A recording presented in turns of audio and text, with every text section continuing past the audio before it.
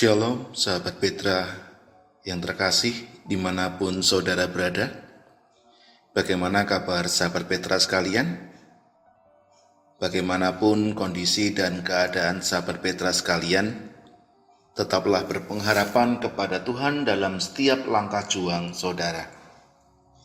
Dan saat ini kita berjumpa kembali dalam Embun Pagi edisi 24 November 2023 yang kali ini bersama saya, Pendeta Aditya Krisnugroho dari GKJ Kota Gede. Sebelum kita menerima kebenaran firman Tuhan, marilah kita bersama-sama berdoa supaya firman Tuhan yang akan kita terima mampu untuk kita pahami dan kita lakukan dalam kehidupan sehari-hari. Mari kita berdoa. Ya Tuhan, sumber kehidupan kami bersyukur untuk hari ini Engkau berkenan memberikan kami kesempatan memasuki dan menapaki kehidupan dan hari yang baru yang Kau karuniakan bagi kami. Dan saat ini sebelum kami melakukan apa yang menjadi tugas dan panggilan kami, saat ini kami ingin mendasari kehidupan kami dengan terang firman Tuhan yang saat ini akan kami baca dari Wahyu 22 ayat 1 sampai dengan 9. Kiranya Tuhan memberkati supaya kami mampu untuk menerima dan merenungkan kebenaran firman-Mu ini dan menjadikannya sebagai dasar dalam membangun kehidupan kami, sehingga kehidupan kami seturut dengan kehendak Tuhan dan menjadi surat Kristus yang hidup, yang mampu dibaca oleh setiap orang yang melihat kami, sehingga nama Tuhan semakin dipermuliakan. Kami serahkan sepenuhnya pemberitaan firman Tuhan di dalam nama Tuhan kami, Yesus Kristus. Amin. Sahabat Petra yang terkasih, pada saat ini kita akan merenungkan kebenaran firman Tuhan melalui bacaan dari kitab Wahyu pasalnya yang ke-22, ayatnya yang pertama sampai dengan yang ke-9, yang demikian firman Tuhan. Lalu ia menunjukkan kepadaku sungai kehidupan yang jernih, bagaikan kristal, dan mengalir keluar dari tahta Allah dan tahta anak domba itu. Di tengah-tengah jalan kota itu, yaitu di seberang menyeberang sungai itu, ada pohon-pohon kehidupan yang berbuah 12 kali tiap-tiap bulan sekali. Dan daun pohon-pohon itu dipakai untuk menyembuhkan bangsa-bangsa. Maka tidak akan ada lagi laknat. Tahta Allah dan tahta anak domba yang ada di dalamnya dan hamba-hambanya akan beribadah kepadanya. Dan mereka akan melihat wajahnya dan namanya akan tertulis di dahi mereka. Dan malam tidak akan ada lagi di sana, dan mereka tidak memerlukan cahaya lampu dan cahaya matahari.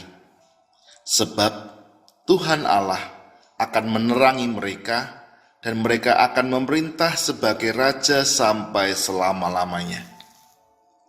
Lalu ia berkata kepadaku, perkataan-perkataan ini tepat dan benar.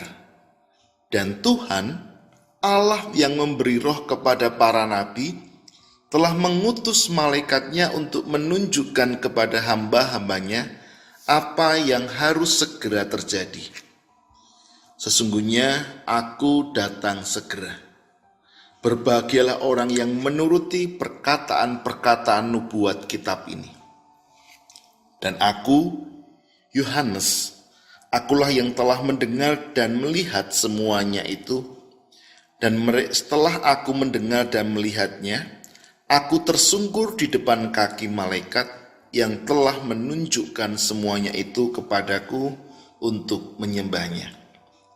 Tetapi ia berkata kepadaku, jangan berbuat demikian, Aku adalah hamba, sama seperti engkau dan saudara-saudaramu, para nabi dan semua mereka yang menuruti segala perkataan kitab ini. Sembahlah Allah." Demikian pembacaan firman Tuhan yang berbahagia setiap kita yang mendengar dan melakukan dalam kehidupan sehari-hari. Haleluya. Sahabat Petra yang terkasih, saat ini perenungan firman Tuhan dengan tema damai sejahtera. Sahabat Petra yang terkasih, damai sejahtera. Siapa dari saudara yang belum pernah mendengar atau mengenal kata-kata itu? Siapa pula dari saudara yang tidak ingin mengalami atau mengusahakannya? Semua orang tahu bahwa damai sejahtera itu sesuatu yang indah. Setiap kita pun tahu bahwa damai sejahtera itu adalah impian, dambaan, dan idaman setiap manusia.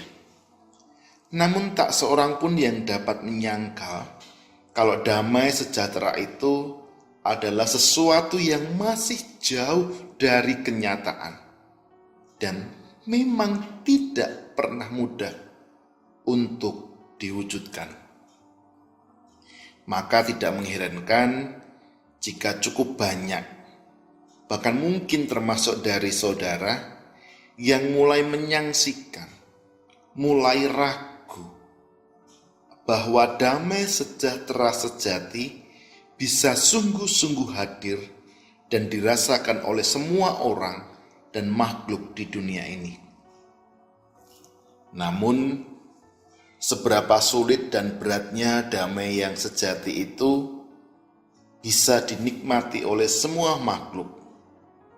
Alkitab secara tegas dan jelas mengatakan bahwa damai sejahtera itu adalah sesuatu yang sangat penting dan berguna dalam membangun dan mengembangkan relasi antar makhluk dan seluruh isi alam semesta ini. Paulus menyebut bahwa damai adalah buah roh. Dalam bagian Injil juga menyaksikan bahwa damai yang sejati berasal dari Allah dan hanya ada pada Dia. Bahwa Kristus sendiri datang untuk membawa damai sejahtera. Bisa kita baca dalam Injil Lukas 2 ayatnya yang ke-14. Sebab itu merupakan panggilan serta tugas tanggung jawab setiap kita sebagai orang yang beriman dan mengaku mengikuti teladan Kristus sebagai sang damai itu sendiri untuk senantiasa mengupayakan dan membawa damai. Bisa kita lihat dalam Yohanes 14 ayatnya yang ke-27. Damai dengan Allah, damai dengan sesama, dan damai dengan diri sendiri. Sahabat Petra yang terkasih, saat ini kita akan belajar bersama bagaimana mengalami damai sejahtera melalui pembelajaran dari kitab Wahyu pasal 22 ayatnya yang pertama sampai dengan yang ke-9.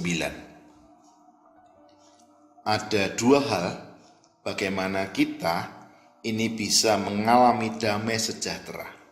Yang pertama, di mana ada kekudusan, maka disitulah ada damai sejahtera.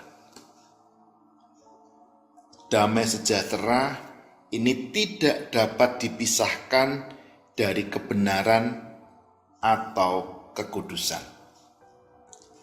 Damai sejahtera dan kebenaran adalah dua hal yang selalu berjalan beriringan.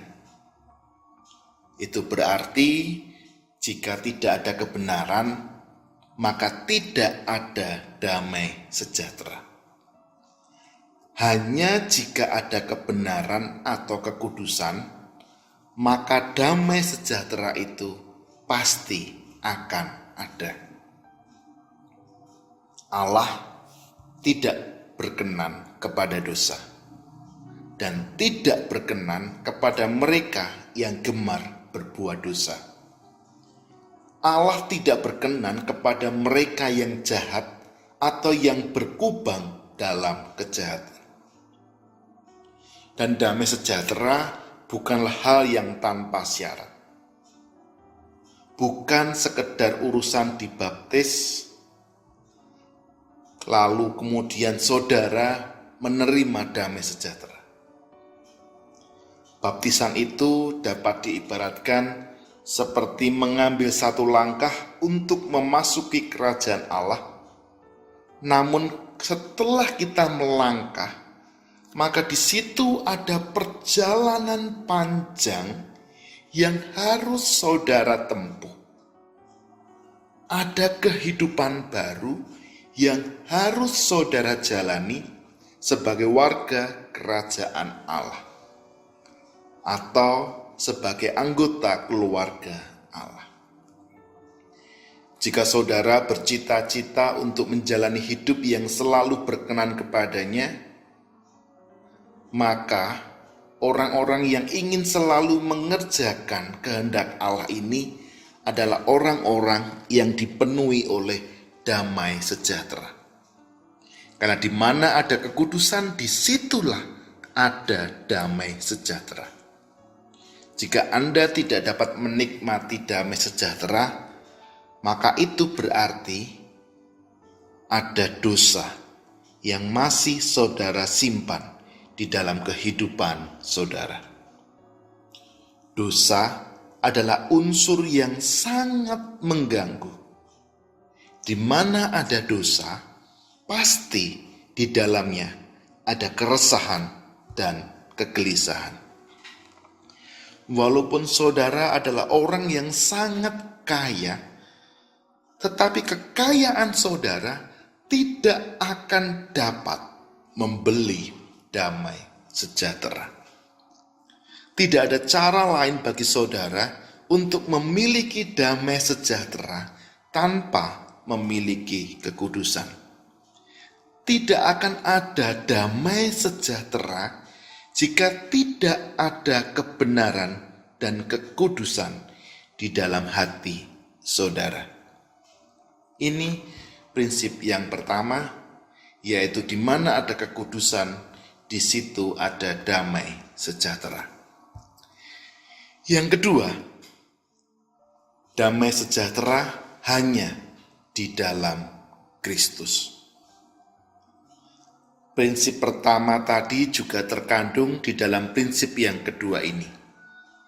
Kristus adalah damai sejahtera kita. Karena Kristus adalah kebenaran kita. Di beberapa bagian Alkitab yang lain, misalkan di Efesus 2 ayat 14 disebutkan bahwa Kristus adalah damai sejahtera kita.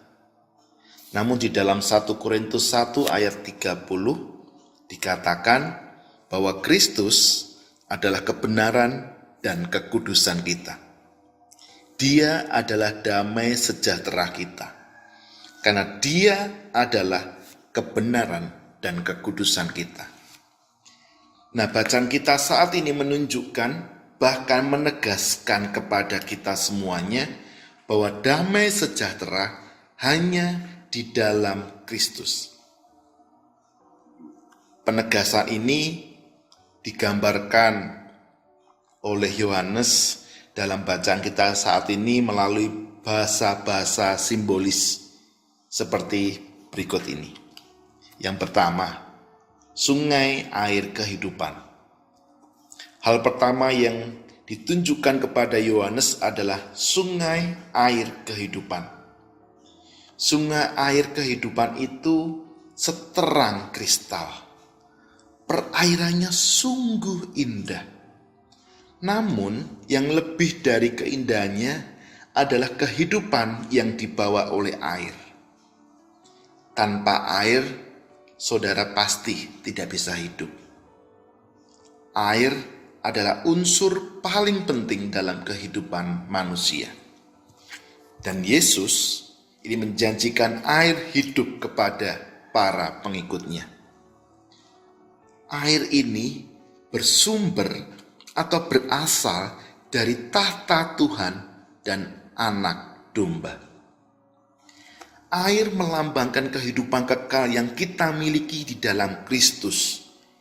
Dan tidak ada sumber lain. Kalau kita melihat dalam bacaan kita saat ini, berapa banyak sungai kehidupan yang dilihat oleh Yohanes di sini? Hanya satu. Satu sungai dari satu Tuhan.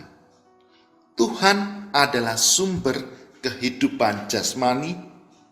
Tuhan adalah sumber kehidupan rohani, dan Tuhan adalah sumber kehidupan kekal.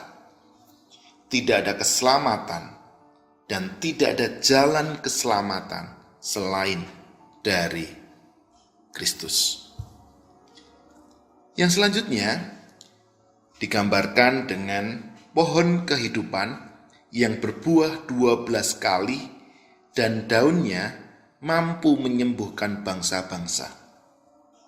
Penggambaran ini menjadi penggambaran bagaimana Allah senantiasa memelihara kehidupan manusia di sepanjang perjalanan kehidupan manusia. Di dalam menjalani kehidupan, manusia seringkali mengalami pahit getir, penderitaan, kehilangan, dan rasa sakit.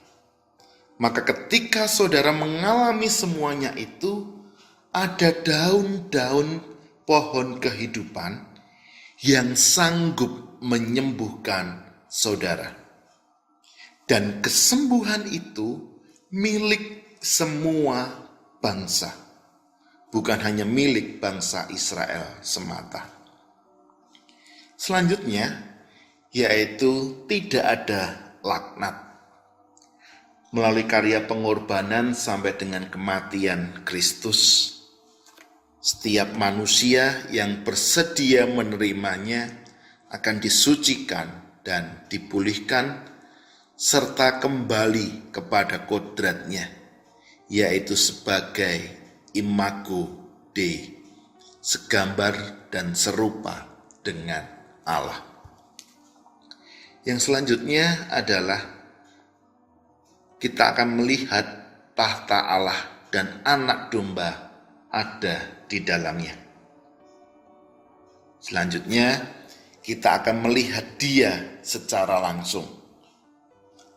Melihat Dia secara langsung ini kemudian mempunyai dua implikasi. Yaitu yang pertama, menyebabkan atau mengakibatkan ibadah yang kita lakukan menjadi ibadah yang sempurna. Karena ketika Allah dapat dilihat, maka segenap hidup kita menjadi tindakan ibadah. Yang kedua, ketika kita bisa melihat Dia secara langsung, ini menghasilkan pengabdian yang sempurna. Ada tanda di dahi yang memperlihatkan bahwa mereka semua adalah milik Allah secara mutlak.